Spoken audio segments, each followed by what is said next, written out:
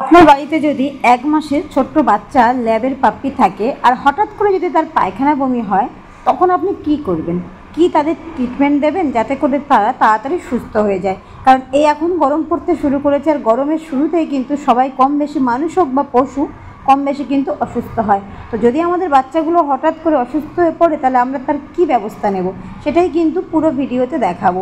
আশা করি আপনাদের এই ভিডিওটি অনেক উপকারে আসবে। আপনারা দেখতে থাকুন এবং সাথে থাকুন। তো দেখুন, আমার ঘরের বাচ্চাটা কিন্তু অতিরিক্ত হঠাৎ করে দুপুরবেলা পায়খানা, মানে জলের মতো পাতলা দুর্গন্ধযুক্ত পায়খানা, আর সাথে কিন্তু বমি। যা খেয়েছিল সমস্তটাই বমি করে কেমন জানি নির্জীব হয়ে পড়েছিল। তো আমি ডাক্তারকে আমি সলিউশন নিলাম, ওনাকে ফোন করলাম, জানতে চাইলাম যে কী করব কি করব না। তাতে আমাকে যে সলিউশনটা দেওয়া হয়েছে আমি সেটাই কিন্তু আপনাদেরকে দেখাচ্ছি। আমি ডাক্তার নই, যে সলিউশনটা আমার সেখান থেকে এসেছে সেটাই কিন্তু আমি আপনাদেরকে দেখাচ্ছি। দেখুন, প্রথমেই যেটা হলো, ওদের ড্রাই ফ্রুট দেওয়াটা বন্ধ করতে হবে। ড্রাই ফ্রুটের জায়গায় জ্যান্ত 2টো মাছ আর কাঁচকলা, খোসা সমেত কাঁচকলা কেটে নিয়ে এটা সিদ্ধ করা হবে।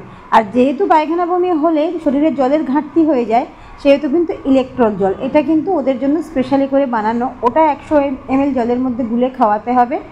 আর এই ওষুধটা হলো মুখের মধ্যে 2বার স্প্রে করতে হবে, দিনে 3বার। আর আগে যে ওষুধটা দেখালাম সেটা হলো 1.5 ml করে দিনে 2বার খাওয়াতে হবে। এইটা 1.5 ml করে দিনে 2বার। তো ওষুধগুলো যথেষ্ট কস্টলি হয়, আপনারা প্রত্যেকেই জানেন যে মানুষের থেকেও পশুদের ওষুধের দাম একটু বেশিই থাকে। এই পাউচগুলো 40 টাকা করে, আর একটা ওষুধ প্রায় 350 450 এরকম করে দাম। তো যাই হোক, আমি 100 ml জলের মধ্যে কিন্তু আমি এটা মিশিয়ে দিচ্ছি। আর এটা মিশিয়ে ওদেরকে খাওয়ালে ওদের শরীরে এনার্জি লেভেলটা অনেকটাই আর কি চলে আসে। তো দেখতেই পাচ্ছেন আমার বাচ্চাটা কিন্তু সেটা খাচ্ছে। আর একটা বাচ্চাও সে লাফিয়ে এসছে, আমি তাকে বারণ করিনি, তার কারণ হলো এটাই, ওর সঙ্গে আছে, যদি বাই চান্স ওর কোনো অসুবিধা হয়, তাই যদি ও যদি একটু খেতে চায় খেতেই পারে।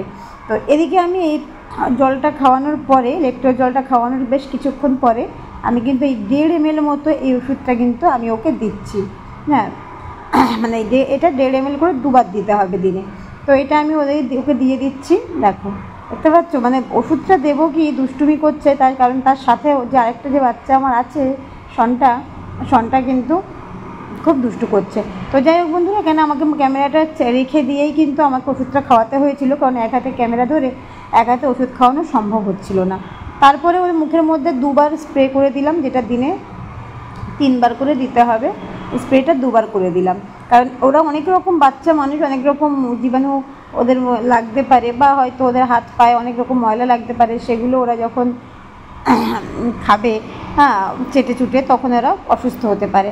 তো সেই জন্য এই মুখে স্প্রেটা কিন্তু ওদের ইমিউনিটির জন্য দেওয়া হলো। তো দেখো, তারপরে কিন্তু একটু বাচ্চাটা একটু খেলছে, মানে দেখে মনটা অনেকটা ভালো লাগলো যে একদম দুপুরের পর থেকে নেতিয়ে থাকা বাচ্চাটা আমার আবার খেলতে আরম্ভ করেছে। তো যাই হোক বন্ধুরা, এরপর চলুন যে খাবারটা আমরা বানাচ্ছিলাম সেখানে চলে যাই। এই যে কলা আর মাছটা কিন্তু সিদ্ধ হয়ে গেছে, তবে ওরা যেহেতু খুবই বাচ্চা, মাছের কিন্তু কাঁটা ছাড়িয়ে ওদেরকে দিতে হবে। আর কলাটা খোসা সমেতই চটকে নিতে হবে। তো খোসা সমেত কলাটা চটকে নিয়েছি, তার সাথে মাছটা কাঁটা ছাড়িয়ে মাছটাও চটকে নিয়েছি, নিয়ে কিন্তু তারপরে আমি মাছটাও চটকে নেওয়ার পরেই কিন্তু আমি ওদেরকে ওটা খেতে দেব। এবার চটকানোর পরে একটু জল মিশিয়ে ওটাকে পাতলা করেছি, কারণ যেহেতু ওরা ছোটো ছোটো বাচ্চা, 1 মাস 1.5 মাস বয়স সব, সেহেতু যাতে ওদের খেতে অসুবিধা না হয়, তার জন্য এইভাবে পাতলা করে নিয়েছি। তো দেখতেই পাচ্ছেন, এইভাবে পাতলা করে নিয়ে আমি ওদের খাবারটা খেতে দেবো। আর একটু মানে টেনশনে ছিলাম যে এতদিন ওরা ড্রাই ফ্রুট খাচ্ছিল, তো হঠাৎ করে কি খাবারটা খাবে। তো ঘুমিয়েছিল, উঠে ওর নাকের কাছে একটু দিলাম, দিতেই দেখছি উঠে খেতে আরম্ভ করেছে। আর ওর খাওয়ার আওয়াজ পেয়ে দেখতেই পাচ্ছেন আর একজন, সে তাড়াহুড়ো করে মানে চারদিকে খুঁজছিল যে খাওয়াটা কোথায় হচ্ছে। তারপর দেখলো আচ্ছা ও। তো যাই হোক, দুজনে মিলে দেখলাম বেশ ভালোই মজা করে খেয়ে নিল। খেয়ে দিয়ে কিন্তু বেশ দেখো খেলছে, দেখো খেয়ে দিয়ে খেলছে। তো এটা দেখেও মানে মনটা শান্তি লাগলো যে বাচ্চাগুলো এবার কোথায় ঠিক লাগছে, এবার কোথায় সুস্থ লাগবে বাচ্চাগুলো। তো যাই হোক, খেয়ে দিয়ে নিয়ে ওরা খেলছে দেখে কিন্তু ভীষণ ভালো লাগলো। তো যাই হোক বন্ধুরা, আপনাদের সবাইকে জানাই, যদি আপনার বাড়িতে বাচ্চা অসুস্থ হয়ে পড়ে, তাহলে কিন্তু ফেলে রাখবেন না, ওদের ট্রিটমেন্ট করান সাথেই, তাহলে ওরা সুস্থ হয়ে যাবে, আবার খেলবে, আবার আনন্দ করবে, আবার ওরা কিন্তু আগের মতো আপনাকে মজা দেবে। তো সেই জন্য যখন বাচ্চারা অসুস্থ হয়ে পড়ে, আমাদের মানে আমরা অ্যাজ এ পেট প্যারেন্টস আমাদের কিন্তু ভীষণ কষ্ট হয়। এবং ওদের এই ছেলে মানুষই, ওদের এই বাচ্চা এই যে খেলাটা মিস